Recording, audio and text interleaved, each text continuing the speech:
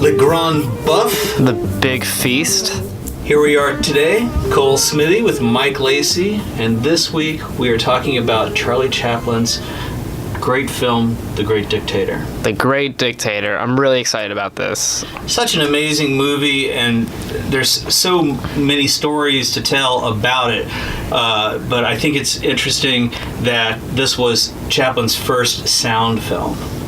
Yeah, we have Modern Times, which has a little bit of dialogue, but from what I was reading, it's definitely seen as like his first film where he's taking the big leap. As late as 1940, a good couple of decades behind most of the studios. But it's interesting how long people followed him without sound into the sound era. And he really had to juggle his tramp character that was so beloved around the world, because this was a movie that the tagline was something to the effect of a movie bigger than the tramp. So he's really reinventing himself, and within we should just set up for the audience. We should just set up what The Great Dictator is. Sure. Yeah, it's, for one thing, so fascinating and bold of Charlie Chaplin, who, as a brand, as an icon, as a genius, who produced, wrote, starred in, composed the soundtrack of most of his own movies, decided in the mid-30s to take on Adolf Hitler at a time where that was not popular, only frowned upon, and got you on the shit list of J. Edgar Hoover and most of the Western world, who was just completely appeasing Hitler. It was an extremely bold thing, and I wonder if people really realize how out of his way he was going to offend someone. It's so timely because he was working on the film as Hitler was rising to power, and the film initially was 300 pages, and it was broken up into 25 sections, one for each letter of the alphabet. So he had been working through this story, I think, to try and head off the war, if such a thing is possible, by making a movie. I think that he was really trying to inform people around the world what's going on in this great satirical way. How much do you know? I don't know tons about what made him such a advocate for the people who were getting the brunt end of Hitler. And certainly if you look back at his career in Modern Times, in a lot of his work, I mean, even The Tramp, these are the outsider characters. And as a non-Jew, as an immigrant into America who was completely trying to be uninvolved in the war, he's really sticking his neck out, his career, to say things that no one wanted. Well, I think he was a true humanist or humanitarian, if you will, and he had so much power. He was probably one of the first people in modern history to have as much power as a politician. He was living in the States and had a very comfortable life for himself in Hollywood, and I think that because he had come from such humble beginnings, he always had a connection with poor people, and half of this movie is set in the Jewish ghetto, and I think it's very interesting. The characters, I keep getting back to the characters that he presents, because the film was shot in two halves. He shot all of the stuff where he's Henkel, aka Adolf Hitler, and the other half where he's the Jewish barber, as the Jewish barber. And it's interesting to note that he was married to Paulette Goddard at the time, but they were getting divorced, but he still cast her in the role of Hannah, and she's great in the movie. And I really feel like when you watch their scenes together, you can see the truth of her love for him and his dismissal of her. There's little things in the way he looks at her and the way she looks at him. It's pretty interesting. Adds a pretty interesting layer of romantic tension to the movie. I have a huge crush on Paulette Goddard right now, and she's so gorgeous, amazing. And I went and I watched Modern Times this weekend, and she's like even more charming and like youthful and wonderful, and youthful because she is pretty young, as was Charlie Chaplin's want in his ladies, which is part of what ultimately got him in trouble. This film didn't help him. Being the phrase that they used in the blacklisting of people was to be prematurely anti-fascist, and I don't think that's what he ultimately was charged with. They punished him for, amongst other things, this film, which put America in a lot of hot water by using some of his sexual liaisons years later. But it's such an amazing jewel in the crown of his work. Well, there's so many layers to it, and I think it's very interesting. I love that Hinkle, aka Hitler. I guess we should just say Hinkle, but I always want to say Hitler when I say Hinkle. And I love the part of the beginning where he's disavowing any link between Hinkle and the Jewish barber. And so de facto what he's saying is he's accusing Hitler of being Jewish, which I just think is outrageous and perfect, because who else but somebody with just such self-hatred could commit the horrible crimes against humanity that Hitler did. Well, so we can talk about the layers and layers of people that look like each other, starting with the real life person of Charlie Chaplin, or at least the character of the tramp, and Adolf Hitler. I was trying to do some no deeper than Wikipedia based research, but why Adolf Hitler chose to look like Charlie Chaplin, and it's kind of in that order, because Charlie Chaplin was so first off, they were born 4 days apart. April 16th, which, while we're recording this, is very close, and April 20th, more famously, Hitler's birthday, and Bob Marley's, supposedly. But Hitler certainly rose to power much later than Charlie Chaplin, yet took his, they call it the toothbrush mustache, though now it's unfortunately the Hitler stash, and if you show up at a party as Charlie Chaplin, you have to answer a lot of questions and talk about how you were at the IFC, the film festivals earlier, and that everyone loved it there. But as you're saying, the characters look alike, and he scoots around that legal jargon that most studio films have, that any resemblance between these characters is purely coincidental. And the fact that he doesn't have that really shows how outside of the system he is. Is this a United Artists picture, or is this after that? What is like the period of that? Because he very quickly, with Douglas Fairbanks and a couple other people, started. It's a United Artists picture. So it's totally outside of when you think of Jack Warner and Skank. Like, he's making his own movie, and that's how he got away with this film. Which, interestingly, by the time it came out, the American public had shifted so much. His most successful film. It killed the box office. Well, it's interesting, when the film was released, England had declared war in '39, and the movie came out right after that, and so he was a U.S. citizen when Britain had declared war, but of course the U.S. wanted nothing to do with it and stayed out of it, which it's just... That's how things were. The U.S. wasn't really rushing in to save the Jews until the U.S. saw that there was money to be made. They weren't all that interested in the humanitarian loss that was going on. Yeah, it was fascinating watching this time how many things about World War II, about what Hitler was doing, I thought were really only discovered later or brought into full focus later.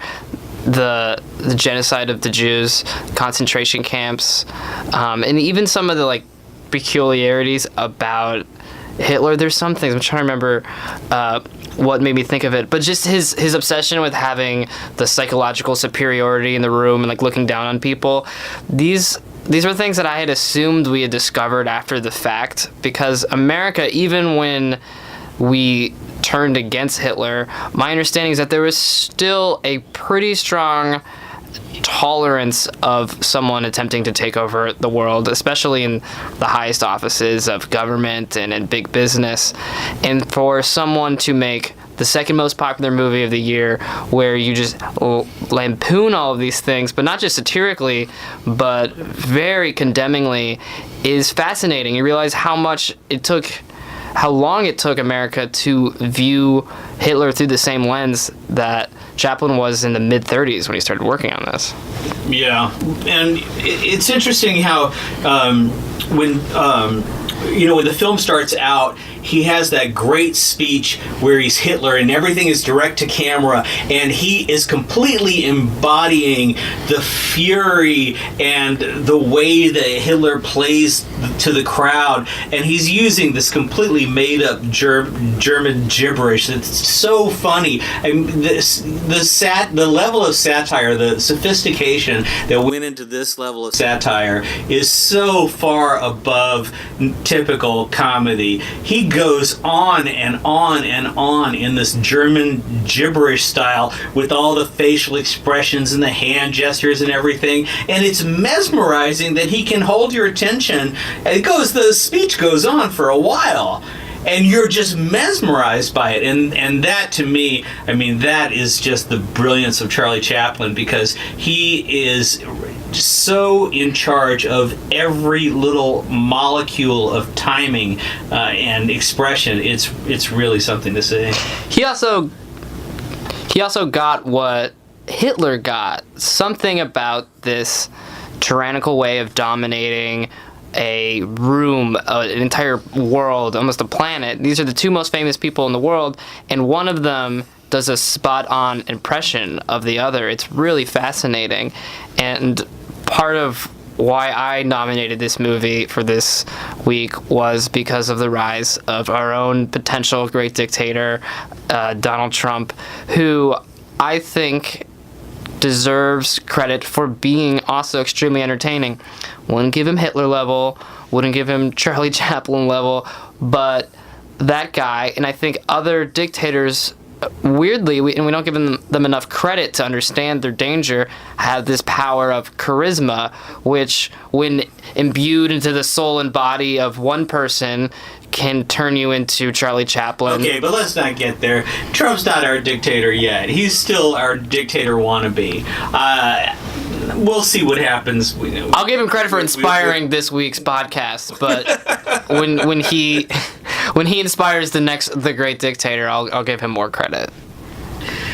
So we have to talk about the slapstick and the way that Chaplin uses the slapstick elements to pad the satire and to expedite the satire. I love that Hitler's right-hand man is inexplicably called Garbage. Yeah. It's just funny. His name is Garbage. They call him Garbage. And there couldn't be a more direct line of satire than that. Well, everything is food-based. It's very base. And it made me think about whenever you have to come up with just these funny fake German phrases, or you have to lower someone. He's lowering Mussolini, he's lowering Hitler, and it's always with food. And Hinkle has this weird thing where he's always playing with food. He keeps peeling bananas and peeling nuts, and then right before he eats it, he throws it away. And I don't quite get it, but on some level I completely get it, that this is turning this person into this weird, wasteful child that doesn't appreciate what he has. And it's also, you don't want to see your leaders eating and peeling bananas and having a food fight. It's not just childish. Well, there's so much great physicality. I love the scene with the inflatable globe. He has this globe that's clearly a balloon, and his garbage has just filled Hinkle's mind with the idea that he really could take over the world. And so he does this dance, and Chaplin's dance is just tremendous. I mean, he's using his butt, he's kicking the thing up into the air, and then it has quite the mini denouement that is a little foreshadowing of his future. That the globe explodes. The balloon pops. That scene has a score taken from a Wagner song, which is which also appears at the end of the movie. Not to jump completely to the end, but it ties together the two plot lines in an interesting way, where we have this score building and reaching towards crescendo, and then the balloon pops, where at the end we get to hear it to its resolution. And even though the other plot line, which we haven't hit on too much, of the barber, is at points very silly, and we have the tramp character, you know, this is the big question whether he's the tramp or not, but that comes to a resolution and seems to be able to take us to another place, which we can never get to with Hinkle, who is, even in the Hinkle character, he has Hinkle, the public speaker, who is very pedantic and exactly a carbon copy of Hitler, but then you also have these moments, these brief moments where he breaks character, and it's Chaplin. It's really, he's just the straight man, and he says something in a very dry tone in perfect English.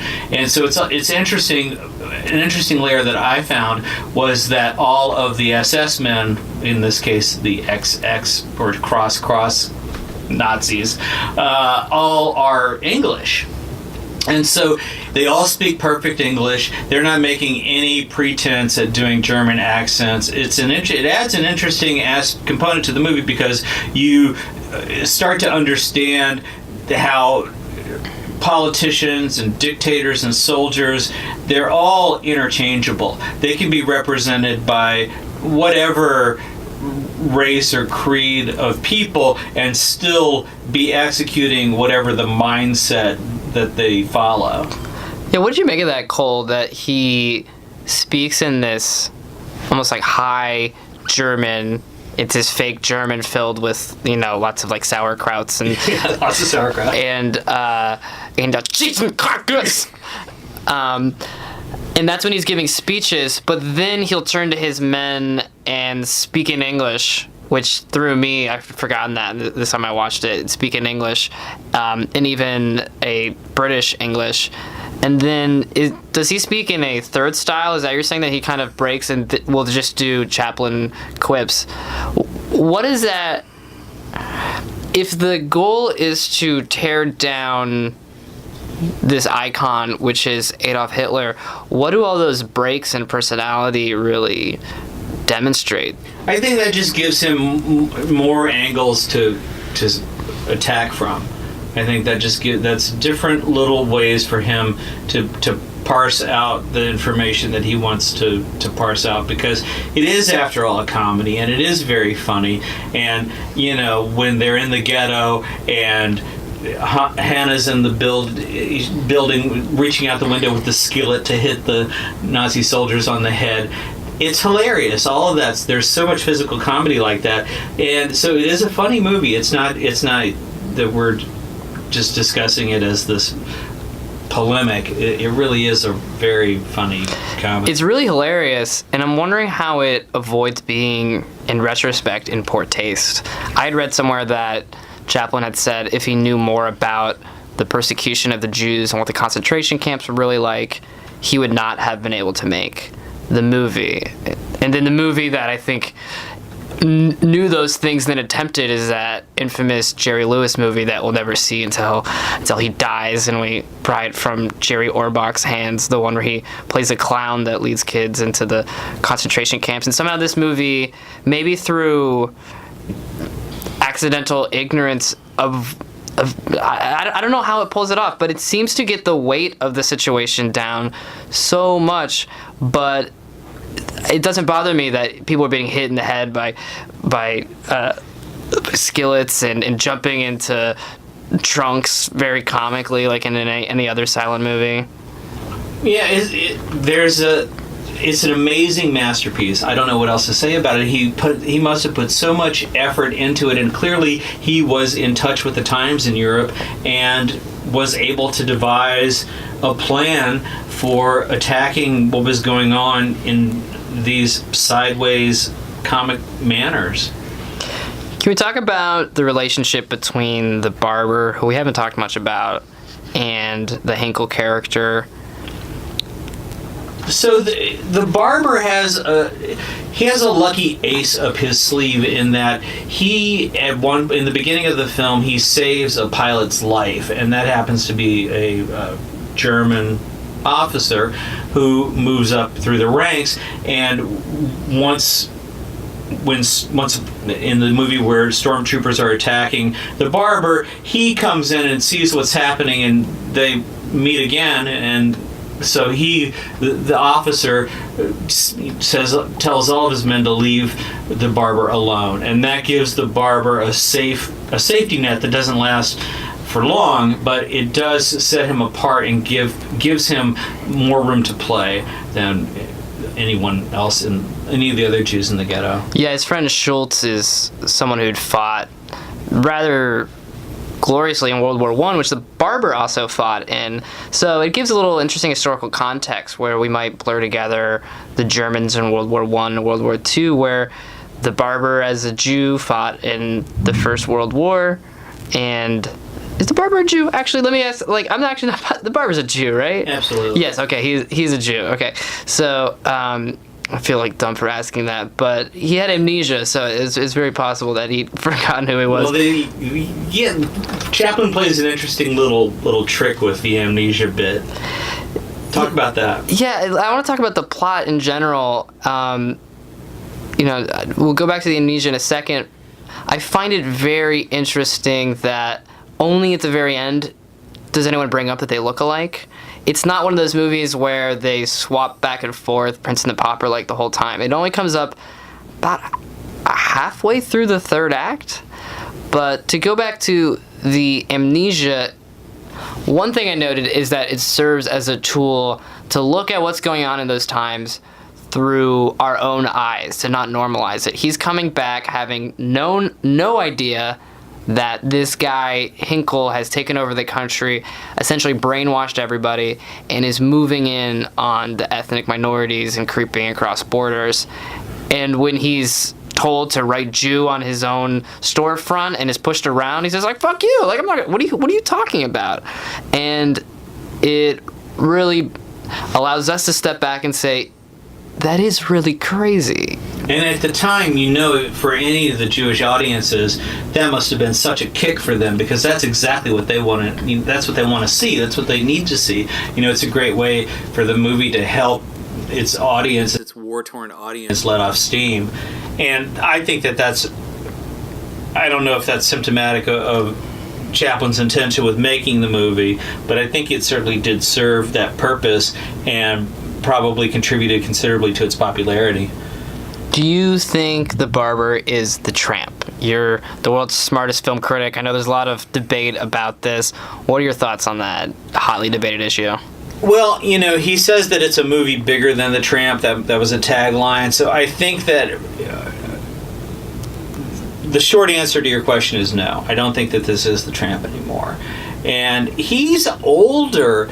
You can see Chaplin is considerably older when he made this movie in 38 and 39, and so I think he was moving away from The Tramp at this point, and I wouldn't say categorically that it isn't The Tramp, but it's a pretty distant remove from The Tramp.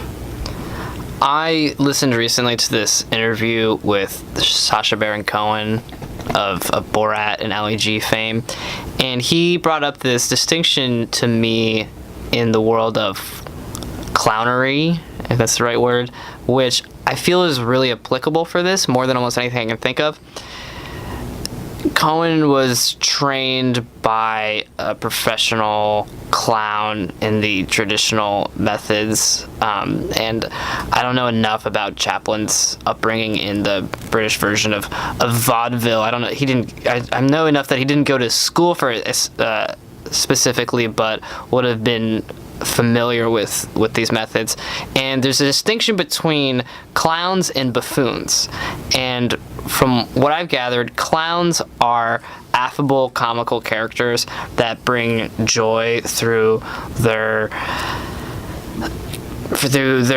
goofiness, their falling down a lot, their ridiculous outsider behavior that's very endearing, which the tramp definitely falls into, I would imagine, as well as the barber, who will try to act tough and lean up against a doorway menacingly and then fall because he misjudges, and he trips and has those pratfall mannerisms that are very specific to what Chaplin's been doing, where a buffoon is someone who impersonates power and the actor as the character is doing it intentionally to poke, as Sacha Baron Cohen put in this interview on Mark Maron, which I highly suggest listening to poke like the King of England in the eye, to very intentionally infuriate the people in power, because they were the people doing it were typically ostracized, and that the intent was to get someone like Hitler to be like, "Fuck you, Hinkle's not me." And as soon as you do that, you tear down this curtain that they are people, they're afraid of being made fun of, and their power is lessened somewhat. And so you have a new type of character, this really intense Hinkle that Chaplin's portraying, and I don't think that you could have just a Hinkle movie. You need both the clown and the buffoon to be playing back and forth. You definitely need the balance. And I want to talk a little bit, just briefly, about the visual style of the film, which I think Stanley Kubrick certainly watched this movie more than once.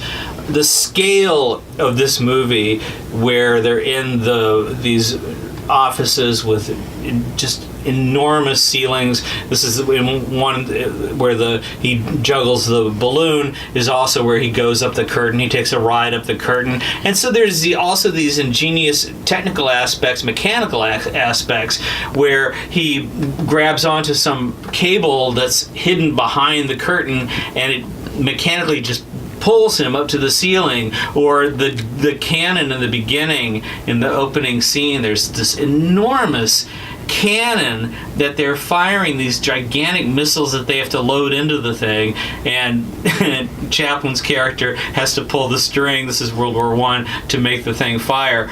But when you look at the scale of that thing, it looks like something from Alien. It looks like the gunship in Alien, if you were just comparing size. Yeah, Chaplin is someone who's critiquing in some degree the Industrial Revolution throughout his career.